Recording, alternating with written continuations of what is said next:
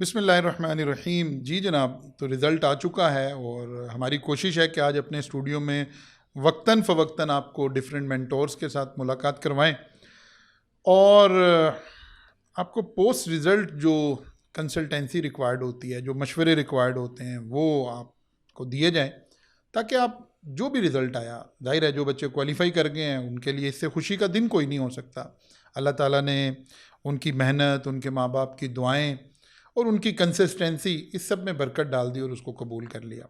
लेकिन यकीनन जो बच्चे आज क्वालिफाई नहीं कर सके हैं उनके लिए सोचने का दिन है कि आखिर ऐसा क्यों हुआ, और उन्हें ये प्लान आउट ज़रूर करना है, ये सोचना ज़रूर है कि खुदा करे कि ये वाला दिन आइंदा ज़िंदगी में कभी ना आए, वो आइंदा वाइज डिसीजन ले सकें और सही डिसीजन ले सकें। इसी के लिए हमने जहमत दी है जनाब अदनान रशीद साहब को, one of the most renowned mentor, और माशाल्लाह जहाँ भी जाते हैं बच्चे इनसे बेताशा मोहब्बत करते हैं। और बल्कि जब हम थोड़ी सी इनिशियल सी गुफ्तगू कर रहे थे ये सारी, तो सर अदनान जो है वो मुसलसल, क्योंकि माशाल्लाह रिस्पॉन्ड बच्चों को बहुत अच्छा करते हैं, मुसलसल मैसेजेस सुन रहे थे व्हाट्सएप के, तो उसमें से बहुत से मैसेजेस मेरे कानों में भी पड़े हैं और यकीन जाने मैं जेलस फील कर रहा था बच्चों के वो मैसेजेस सुन सुन के। जिस तरह से बच्चे कॉस्ट के पेपर में पर्टिकुलरली अप्रिशिएट कर रहे थे कि सर बस आपकी स्ट्रेटजी ही काम आ गई है सर। सर मैंने तो किताब के पहले पेज पे लिखे हुए थे आपके वो मेथड्स के, जब पेपर को अटेम्प्ट कैसे करना है। यकीन जाने मैं आपको बिल्कुल ऑनेस्टी से कह रहा हूँ कि मैं प्रोफेशनली जेलस फील कर रहा था कि माशाल्लाह अल्लाह ने जो मकाम मेरे दोस्त को दिया है, अल्लाह ताला तमाम टीचर्स को ऐसी रिस्पेक्ट भी दे और ऐसी ग्रिप भी दे सब्जेक्ट की। तो जनाब हम और लंबा नहीं करते, अदनान साहब welcome to the show sir. Jazakallah sir. Thank you very much for the nice appreciation and words. And Assalamu alaikum to all the students. बस ये अल्लाह ताला की देन है, मेहनत करते हैं नेक नीयती से और कोशिश करते हैं बच्चों को नेक नीयती से ही सिखाया जाए और जो उनके बेस्ट इंटरेस्ट में है, जो कि उनके लॉन्ग टर्म इंटरेस्ट में है, उसके मुताबिक ही उनको मशवरा और एडवाइस दी जाए। तो बहरहाल अब जैसे आपने कहा कि रिज़ल्ट आउट है और अभी मुझे लगता है कि जैसे हमने अपने बात ओपनिंग रिमार्क्स में कहा कि हमारी जो इशू ये है कि बच्चे जो चैलेंजेस फेस कर रहे हैं इस वक्त, और उसमें सबसे ज़्यादा चैलेंज सारी बात, जो बच्चे पास हो गए वो तो खुश हैं, वो तो अगले स्टेप कदम बढ़ा चुके हैं। असल तो मसला उन बच्चों का है जो खुदा ना खास्ता फेल हुए हैं और जो कि इनएविटेबल है सी के एग्ज़ाम में। मतलब मैं तो अक्सर कहता हूँ कि बड़ा कोई शाज़ो नाज़री को बचा होता है जो विदाउट फेलियर सीए से निकल पाता है, तो सीए में फेलियर हो जाना इट्स पार्ट ऑफ लाइफ। ये आपके लिए बहुत बड़ा धचका नहीं होना चाहिए। बड़ा धचका हाँ इसको ज़रूर समझना चाहिए कि एक तो पेपर में फ़ेल हुए तो आप दोबारा उसको पास ना कर पाएँ। जैसे अभी मुझे एक बच्चे का मैसेज थोड़ी देर पहले आया था, किसी और सब्जेक्ट के रेफरेंस में बात कर रहा था कि जी मैं सब्जेक्ट में पिछली बार भी फ़ेल हुआ, इस बार भी फ़ेल हुआ, तो मैं क्या करूँ, और दोनों दफ़ा वो 30s में फ़ेल हुआ है। तो ये बड़ी प्रॉब्लम हमारे बच्चे की जी, होती ये है, ये अलमिया है कि यहाँ बच्चा अगर उसे गेज नहीं कर पा रहा, केस नहीं कर प्रॉब्लम पाए। को आइडेंटिफाई नहीं कर पा रहा, हाँ तो जी, ये इसके लिए उसे ज़रूरत है असल में कि कहीं ना बिल्कुल, कहीं वो किसी मशवरे में शामिल हो, किसी मेंटोर के पास जाए एग्ज़ैक्टली, और अपनी काउंसलिंग करवाए, अपनी काउंसलिंग करवाएँ। प्रॉब्लम को आइडेंटिफाई करवाए। क्योंकि मैं तो इसमें बच्चों को यही बात कहता हूँ, मैंने जैसे पिछले जो मैंने एक सोशल मीडिया वीडियो रिजल्ट से पहले भी डाली थी, उसमें यही कहता है भाई आपको फेलियर की केस में आपको मेंटोर की ज़्यादा ज़रूरत है। आपको उस वक्त अपने टीचर के पास जाने की ज़्यादा ज़रूरत है, because that is the time where you need your teacher most, जो कि आपको हेल्प कर सके आपको फेलियर की कॉजेज़ आइडेंटिफाई करने में। क्योंकि हमारा बच्चा क्या होता करता है कि एक शेल में चला जाता है, और अक्सर बच्चे या टीचर चेंज कर लें या नोट्स चेंज कर लें या क्वेश्चन चेंज कर लें, इस तरह के चक्कर में पड़ते हैं। शायद मैंने कोई रिसोर्स गलत इस्तेमाल किया विदाउट रियलाइजिंग के there may be certain technical causes, technical errors, technical flaws in its preparation, its revision, in its practice techniques, उसके टेस्ट देना, टाइम मैनेजमेंट एग्जामिनेशन में कहीं पे भी मसला हो सकता है। लेकिन हमारा बच्चा मोस्टली 19-20 वेरिएशन से तकरीबन वही एफर्ट्स रिपीट कर देता है, जिसके बाद वही नतीजा रिपीट हो जाता है। डेफिनेटली जो इनपुट हो रहा होगा फिर अगली दफ़ा वैसा ही आउटपुट आना शुरू हो जाएगा, खुदा ना खास्ता। एग्जैक्टली यही प्रॉब्लम आ जाती है हमारे बच्चे के साथ। तो और एक और जो चीज़ हमें, एक तो हमारा बच्चा जो है इस चीज़ को प्रॉब्लम फेस नहीं कर आइडेंटिफाई नहीं कर पाता कि मैं फ़ेल क्यों हुआ। उस क्यों का जवाब जब बच्चे के पास नहीं है, पास नहीं हो सकता। मैं बच्चे को कहता हूँ बेटा आपका सबसे पहले क्यों का जवाब ढूंढना है, क्या फ़ेल हुए क्यों, या इन अदर वर्ड्स आपको नेक्स्ट स्टेप में क्या नया करना है जो आप पास हो। अब नया करने का रेफरेंस जब हम बात करें तो आपकी कोर्स कवरेज में इशू हो सकता है, कॉन्सेप्चुअल क्लैरिटी आपकी नहीं है, आपकी अप्रोच सही डेवलप नहीं हुई कॉन्सेप्ट के ऊपर, आपकी रिवीजन में कमी हो सकती है, आपने सफिशिएंट रिवीजन्स नहीं की जो कि एग्जाम लेवल क्वेश्चन को अंडरस्टैंड करने के परफॉर्म करने के लिए चाहिए। आपकी प्रैक्टिस करने के अंदाज में ख़राबी हो सकती है। आप पास्ट पेपर क्वेश्चन जिस तरह प्रैक्टिस करते रहे हैं, that was not enough to prepare you, to equip you with the desired skills required in the exam। फिर आपका एग्जामिनेशन नाइट की मैनेजमेंट में, स्लीप में मसला होता है। बड़ी छोटी छोटी रीज़न होती है, बच्चे गेज नहीं कर पाते। एग्जामिनेशन नाइट को आप सो नहीं पाए, कॉस्ट का पेपर, इस वजह से बच्चे फेल हो जाते हैं। MFA के पेपर इस वजह से बच्चा फेल हो जाते हैं कि प्रॉपर नींद दिली, प्रॉपर ब्रेकफास्ट किए, पर एग्जाम में गए। मतलब ये रीजंस हैं फेलियर के। ये मैं आपको अपने ज़ाती तजर्बे नहीं, हज़ारों स्टूडेंट्स इंटरेक्शन की बेसिस पे बता रहा हूँ। Then comes the time management, exam techniques, उसकी कमी होती है। अच्छा भला प्रिपेयर्ड बच्चा फेल हो जाता है। सो डिफरेंट एरियाज़ हैं जहाँ पे हम देखते हैं बच्चा लैग कर रहा होता है। अब टीचर के पास जब जाते हैं, मेंटोरिंग करते हैं, जैसा डॉक्टर के पास मर्ज़ की तशख़ीस के लिए आप जाते हैं, टीचर्स भी यहाँ पे वही रोल प्ले करते हैं। अभी आपके सिम्टम पूछता है आपसे, आपके क्वेश्चंस करता है, उसके बाद आपको बताता है बेटा आपके ये 3-4 एरियाज़ जहाँ पे आपने लैग किया। और हमारा बच्चा जब खुद सेल्फ एनालिसिस करता है तो कोई एक एरिया पकड़ता है, नतीजा क्या होता है, एक एरिया में उसको 2 नंबर बढ़ जाते हैं, और किसी एक एरिया में लैक ऑफ फोकस से 2 या 3 नंबर कम हो जाता है, नतीजा वहीं का वहीं खड़ा रह जाता है। हालांकि आपको बेशक आप 49 पे भी फेल हुए हैं, 48 पे भी फेल हुए हैं, आपको 1 नंबर इंप्रूव करने की मेहनत नहीं करनी। आप समझो आप 0 पे खड़े हो, आपने 0 से 60-70 तक का सफ़र करना है, यही सोच के तैयारी करनी होती है हमेशा। उस हिसाब से आपको प्रिपरेशन करनी होती है। तो बड़ी टारगेटेड फोकस्ड एक्टिविटी होती है ये, जिसको हम कहेंगे डायग्नोसिस की, कि आपका प्रॉब्लम है क्या, सिम्टम आपके देखते हुए, आपके इश्यूज़ को देखते हुए, और फिर उसके बाद टारगेटेड एफर्ट्स चाहिए होती हैं जो इश्यूज़ आइडेंटिफाई हैं उनको रिमूव करने के लिए।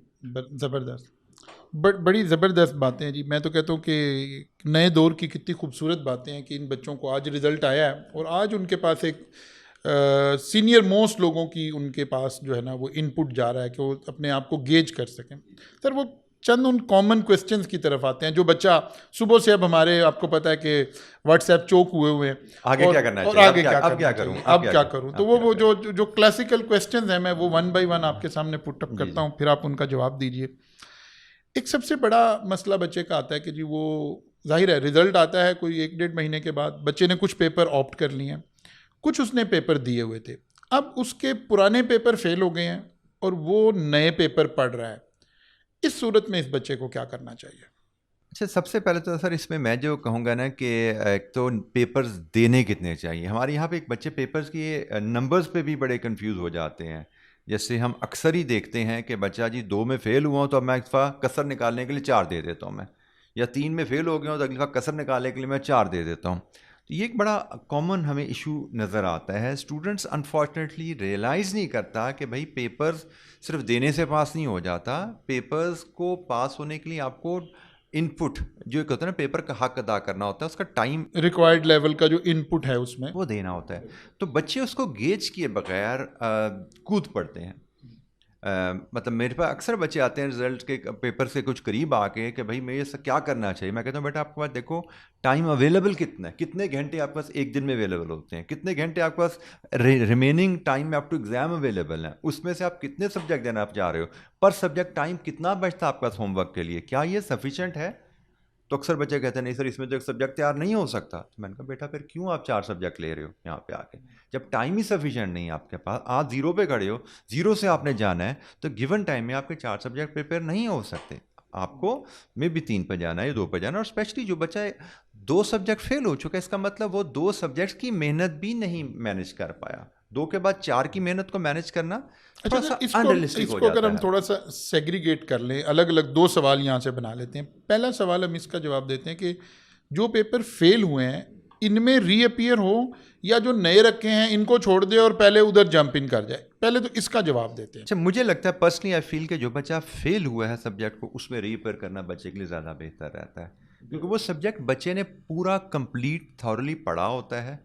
और उसमें बच्चे के पास हम कहते हैं कि रिलेटिवली लेसर टाइम में उसको बच्चे को कवर कर सकता है दोबारा। जबकि एक नए सब्जेक्ट में आप आते हैं तो नए सब्जेक्ट में आप, और बाज़ का उस नए सब्जेक्ट में पिछले सब्जेक्ट की सपोर्ट भी कुछ ना कुछ कोई सपोर्ट भी रिक्वायर्ड होती है बाज़ का। तो अब तो खैर आप आई कैप ने प्री एक्विजिट भी लगा दिया ना, वो तो आई कैप ने फोर्स कर दिया आपको, आप आगे जा ही नहीं सकते। लेकिन मुझे लगता है कि शायद जो पेपर आपने दिए हैं उनमें उनको रीअपियर करना बच्चे के लिए ज़्यादा बेहतर रहता है। एक्सेप्शंस कुड बी देयर, बच्चा को अपने कॉन्फिडेंस की वजह से कह सकता नहीं मुझे 3 में खुदा न खास्ता 2 में फ़ेल हुआ तो 1 में रिपीट कर लेता हूँ, दूसरे में मेरी तैयारी इतनी अच्छी नहीं थी या मुझे उस पर भी 0 से ही मेहनत करनी पड़ेगी, तो मैं अगला सब्जेक्ट में बड़ा अच्छा जा रहा हूँ। तो अपने कॉन्फिडेंस के लिए अपनी उसको अगर इनर सेल्फ उसका सेटिस्फाइड है एक अगले के साथ तो वो जा सकता है। लेकिन नॉर्मली आई वुड रिकमेंड के पुराने रिपीट होने चाहिए। और जहाँ तक पेपर अटैम्प्ट करने की बात है तो मुझे लगता है कि जो बच्चा फेल हो रहा है खुदा न खास्ता उसको 3 से ज़्यादा पेपर किसी सूरत नहीं लेने चाहिए। जो बच्चे फ्लाइंग कलर से पास होते हैं, जैसे अभी हम एक स्टूडेंट से मिले माशाल्लाह उसने ग्रुप बी 4 पेपर दिए, चारों पास किए। जी जी, अभी कुछ देर बाद हमने उससे मुलाकात करानी थी बच्चों से इंशाल्लाह, और ज़बरदस्त उस बच्चे ने वो बच्चे हैं, वो एक्सेप्शंस हैं बच्चों की, लेकिन अगर हम वो एक कामयाब बच्चा है, कामयाब बच्चे उनका ट्रैक, उनकी सिलेक्शन, उनकी अप्रोच अपनी होती है अक्सर बच्चों की। लेकिन जो बच्चा एक एवरेज बच्चा थोड़ा सा फेलियर को झटके से चल रहा है, उसके लिए मुझे लगता है 3 papers are more than sufficient. Repeat करे पुरानों को रिपीट करे। यानी अभी हम एक मोटा उसूल बनाते हैं कि जनाब जो आपका पेपर का फेलियर हुआ उसको ही रिपीट करना बेहतर है। अच्छा, अब दूसरा सवाल आ गया कि सर 3 पेपर दिए थे, फेल हो गए, इस दफ़ा 4 रख लूँ,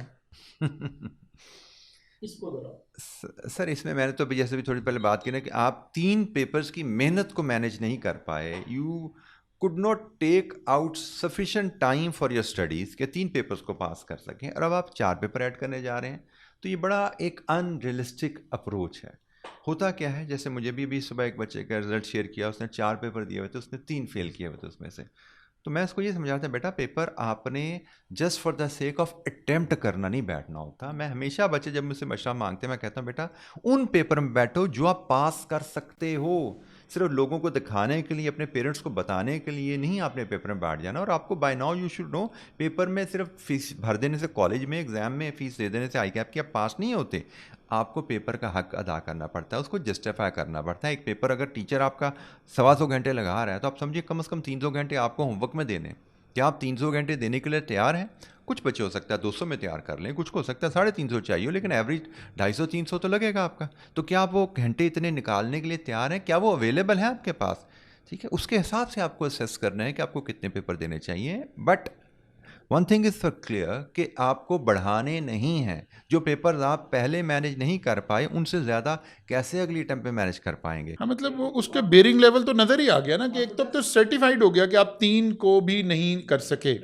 तो चले, मतलब शायद होना तो ये चाहिए कि अगर खुदा ना खाता है कोई क्रॉनिक केस है तो इसे कहा जाए बेटा आप इस दफ़ा 2 दो ताकि पास हो जाओ, एक दफ़ा आपको स्टेप लेने आ जाएं, रादर देन दिस कि आप 4 का सोच रहे हैं। यानी ये तो बिल्कुल ही एक गैर मुनासिब। बल्कि मैं तो कहता हूँ कि जो बच्चा रिपीट में फ़ेल हो चुका है, खुदा ना खास्ता, जैसे मेरा अभी एक स्टूडेंट जैसे मैंने कहा ना, वो कहती है मैं 2 दफ़ा फ़ेल हो चुका हूँ, मैं 3-3 पेपर दिए, 2 दफ़ा फ़ेल हो गए, तो उसके लिए वाकई ये रिकमेंडेड हो सके भाई तुम 3 भी ना दो, तुम 2 लोग एक साथ पास तो करो, ताकि तुम्हें पास होने का मज़ा तो आए कि पास पता तो लगे पास होता कैसे। मैं पुरानी एक स्टोरी शेयर करता हूँ। मैं जब अभी एक कैफ वो 9 पेपर वाला चल रहा था ना जी, तो मेरे पास एक बच्ची आई और वो उस वक्त टेक्स कैफ 6 में होता था।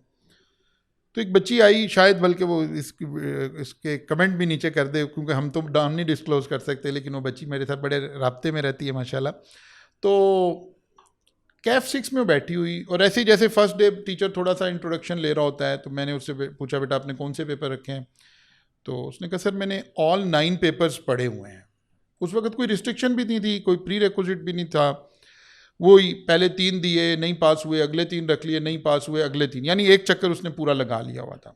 और कहते कि सर ये मसला है, मेरे पेपर हो नहीं रहे, मैं बड़ी टेंशन में हूँ फलां। खैर मैंने उसे कहा कि बेटा आप एक काम करें, अब क्लास के बाद मुझे आपने ज़रूर मिलना है।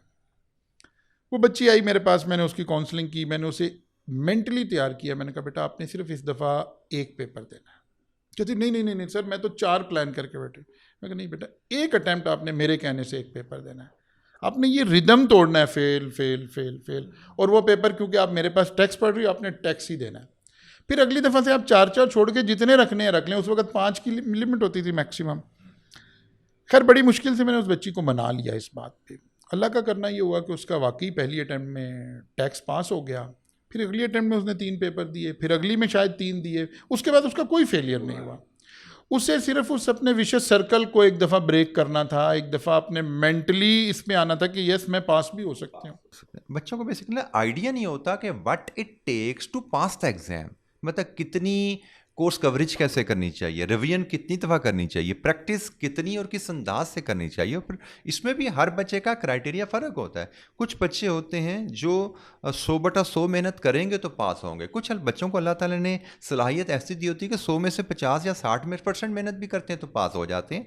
ये तो हर बच्चा जब अपनी मेहनत करना शुरू करता है और टेस्ट में, टर्म टेस्ट में वहाँ से बैठता है, वहाँ से असेस कर पाता है मैं कितनी मेहनत से डिज़ायर्ड लेवल ऑफ आउटपुट पे पहुँच पा रहा हूँ। तो ये बच्चे को गेज करना चाहिए। गेज करेगा अपने आप को, अपने ऊपर टाइम लगाएगा, सोचेगा, तो ही डिज़ायर्ड रिजल्ट्स ले पाएगा। बिल्कुल ऐसे सर। अच्छा सर, अब हम थोड़ा सा ज़रा आते हैं, कॉस का पेपर बड़ा मुश्किल आ गया और एक मतलब ऐसा पेपर आ गया कि पूरे पाकिस्तान में स्टूडेंट तो क्या टीचर भी परेशान हो गए, लेकिन अल्हम्दुलिल्लाह रिज़ल्ट फिर उसी तरह ही है।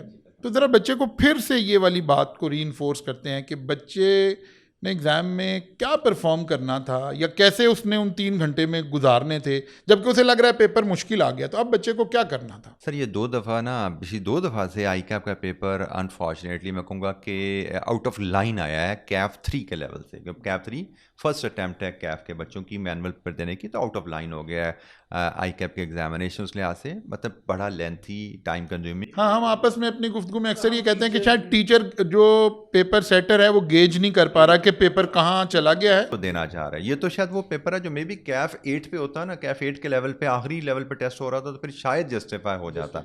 कैफ 3 लेवल पे नहीं। तो हम अपने डिफरेंट कॉलेजेस के टीचर्स हम आपस में ग्रुप में राब्ते में होते हैं, गपशप करते रहते हैं। तो हमने सब ने कलेक्टिवली इस पेपर को क्रिटिसाइज़ किया, उसके इश्यूज़ को डिस्कस किया और आई कैप के भी नोटिस में हम लाए। अच्छा, लेकिन हैविंग सेड दैट, उसके बावजूद हम देखते हैं कि मैं बच्चों को ये कहता हूँ, बेटा पेपर जैसा भी आए पास तो होंगे ना लोग, पिछले बार भी पास हुए, इस बार भी होंगे इंशाअल्लाह। तो आपका टारगेट होना चाहिए पेपर जैसा मर्जी हो, you should be prepared enough कि आप उसमें परफॉर्म करके पास करें।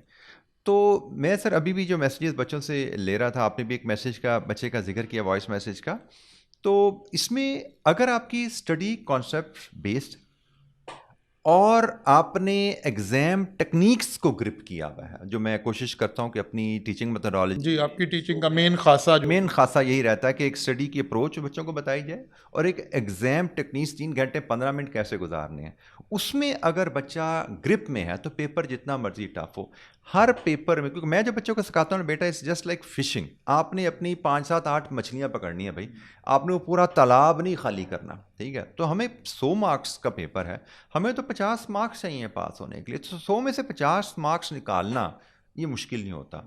प्रॉब्लम क्या आती है कि 10, 12, 15 नंबर मुश्किल होते हैं, बच्चा उसके चक्कर उसके में सारा पेपर खराब कर पेपर ज़ाया कर देता है। मतलब मैं अगर कहूँ ना कि एक एवरेज पेपर आए तो एक्सीलेंट बच्चा 100 का कर पाता है और एवरेज बच्चा 85-90 का कर पाता है एक एवरेज पेपर। ये सीएम में टफ था, एक्सीलेंट बच्चा 85-90 का कर पा रहा था और एवरेज बच्चा 75-80 का कर पा रहा था। तो 75-80 का भी आप पेपर अगर आपको आता है तो उसमें से 50 नंबर लेना कतई मुश्किल नहीं होता, क्योंकि मैथमेटिक्स है। आपके 75 ठीक है तो 75 में से 75 आ जाते हैं। तो जिस बच्चे ने को अप्रोच ये होती है कि जिस बच्चे को जितना पेपर आता है वो करे, और जो नहीं आता 2 नंबर, 4 नंबर, 6 नंबर, 8 नंबर, 10, 15, 20 सिर्फ वही छूटे। हमारा बच्चा क्या करता है कि जो 10-15 नहीं आते उसके चक्कर में 75 पे भी पानी फेर देता है वो। तो उसमें बस जो टेक्निक है कि कैसे ऐसे पेपर को मैनेज करें, क्योंकि जो पेपर आपको सारा आता है उसको कर लेना सबके बस की बात होती है, लेकिन चैलेंज आता ही वहाँ पे है भाई, कुछ आता है कुछ नहीं आता, उस पेपर को कैसे मैनेज करना। तो मेरा बहुत ज़्यादा फोकस इस चीज़ पे होता है बच्चों को कि भाई आपको सारे पेपर में से कुछ चीज़ें आती हैं, कुछ नहीं आती, तो यहाँ से आपने 50 नंबर कैसे अपने कैप्चर करने और पास कैसे करना। तो कोशिश ये करता हूँ बच्चों को सिखाते रहो, जिन बच्चों ने इस टेक्निक में अमल किया, पेपर जितना मर्जी टफ हो, जैसा मर्जी आए पेपर, वो उनके लिए इररिलेवेंट है, इररिलेवेंट पास हो जाता है माशाल्लाह। तो अल्हम्दुलिल्लाह उसी पे फोकस करते हैं। अल्हम्दुलिल्लाह, अल्हम्दुलिल्लाह। तो सुबह के मैसेजेस को भी हम देख रहे हैं कि जी माशाल्लाह जैसा अल्हम्दुलिल्लाह चल रहा है। अच्छा अदनान साहब, आखिरी एक सवाल, अक्सर बच्चे पूछते हैं कि मैं फेल हो गया हूँ, क्या मुझे क्लासेस दोबारा लेनी चाहिए कि नहीं लेनी चाहिए, इसमें क्या करना चाहिए? अच्छा, इसमें ना मेरी एक राय होती है कि मैं बच्चे से क्वेश्चन करके उसके बाद ओपिनियन देता हूँ, लेकिन इन जनरल मैंने देखा है कि मैं अपनी टीचिंग के रेफरेंस से बात करूँ, मुझे जो स्टूडेंट ने फीडबैक दी है, मैं 2 एंगल से टीचिंग कर रहा होता हूँ। एक कोर्स कंटेंट्स पढ़ा रहा होता हूँ और दूसरा टेक्निक्स पे बात कर रहा होता हूँ, स्टडी मेथोडोलॉजी और एग्ज़ाम टेक्निक्स पे। स्टूडेंट फीडबैक के ऊपर मैंने जो असेस किया है कि बच्चा जब पहली अटैम्प्ट में क्लासेस ले रहा होता है तो वो जो कोर्स कंटेंट होता है उसका सब्सटेंशियल पोर्शन पिक कर पाता है, एवरेज बच्चा उसका सब्सटेंशियल पोर्शन पिक कर रहा होता है, लेकिन जो टेक्निक्स होती हैं ना, डूज एंड डोंट्स होता है, यार इसका ख्याल रखना, जो किताबों में नहीं लिखी हुई बातें, हाँ, उसको वो उतना फोकस नहीं कर पाता, उनमें कमज़ोर रह जाता है। उसे भी रा पे वा पे वाली बात है कि अभी उसका वा पे नहीं होता। तो जो बच्चा एक दफ़ा फेल होने के बाद क्लास में बैठता है तो वो उन चीज़ों को पिक कर पाता प्राइमरी ऑब्जेक्टिव उसका भाई हाँ यार मैं फेल इस वजह से हुआ, मैंने इस चीज़ का ख्याल नहीं किया था, मुझसे ये गलती हुई थी।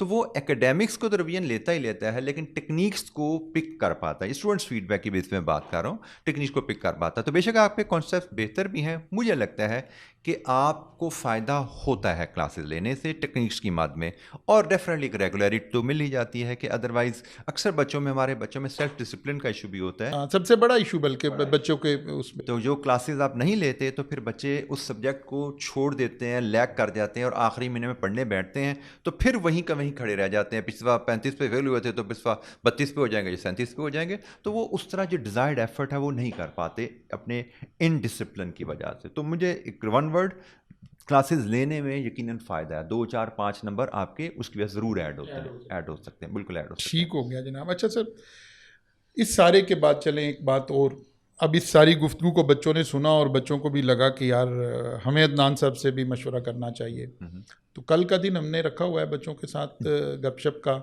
जी तो जी बिल्कुल, कल आप भी अवेलेबल होंगे जी इंशाअल्लाह। इंशाअल्लाह। कल सुबह मैं भी सुबह आप सारी टीम के साथ पे अवेलेबल होंगे। जिन बच्चों को मेंटरिंग 1-to-1 काउंसलिंग चाहिए, they are most welcome to visit Rise and will be available. और इसमें कोई ऐसी कंडीशन नहीं है कि वो राइस का बच्चा है, राइस का बच्चा तो नहीं, हमारी कम्युनिटी का बच्चा होना चाहिए। हमारे लिए सारे बच्चे ही हमारे हैं। इवन अभी भी मुझे व्हाट्सएप पे बच्चे, वो मेरे क्लासरूम स्टूडेंट से मुझसे रब्ता नहीं कर रहे, मेरे स्टूडेंट नहीं भी हैं मुझसे रब्ता कर रहे हैं कि जी मतलब जिस सारी बात स्टूडेंट में नंबर हमारे अवेलेबल होते हैं, तो मेंटोरिंग के लिए रब्ता करते रहते हैं। तो बच्चा है, स्टूडेंट्स हैं, उसको जब भी बिल्कुल हेल्प चाहिए, वी आर ऑलवेज अवेलेबल। ठीक हो गया सर, बहुत बहुत शुक्रिया सर, आपने बड़ा टाइम दिया। तो जनाब अदनान साहब की एक खूबसूरत इंसान से फिर खूबसूरत बातें सुनने का अपना ही मज़ा है। तो यकीनन आपने इस सारी गुफ्तगू से कुछ ना कुछ गेज किया होगा। मेरा एक ही मैसेज है कि बस अपने आप को इस बात से आपने बचाना है कि वो जो एक शेर था ना कि फिर उसी बेवफा पे मरना, फिर वही ज़िंदगी हमारी, बस इससे बचना है। वही ज़िंदगी हमारी नहीं होनी चाहिए। खुदा न खास्ता अगर आज कोई फेलियर हुआ है तो हमारी ज़िंदगी में एक चेंज आनी चाहिए। और ये सीए की जो कम्युनिटी है ना, इसके जो गुलदस्ते हैं ये बड़े खूबसूरत हैं। इसमें सारे फूल एक से एक प्यारा है। इसमें हर टीचर बच्चों को हेल्प आउट करने के लिए तैयार है। हम अपनी बड़ाई नहीं कर रहे हैं, अपने सिर्फ बात नहीं करें, अक्रॉस पाकिस्तान तमाम असातिज़ा दिन रात आपके ऊपर काम करने के लिए तैयार हैं। तमाम लोग सर्व करना चाहते हैं इस कम्युनिटी को।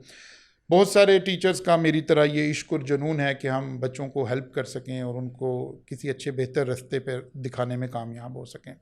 तो आई होप कि ये पॉडकास्ट भी इसमें वैल्यू ऐड करेगा और आप कल के दिन को एंजॉय करेंगे, आकर मिलेंगे खुदा न खास्ता अगर आपके पास कोई चैलेंज दरपेश हो गया तो। Best of luck.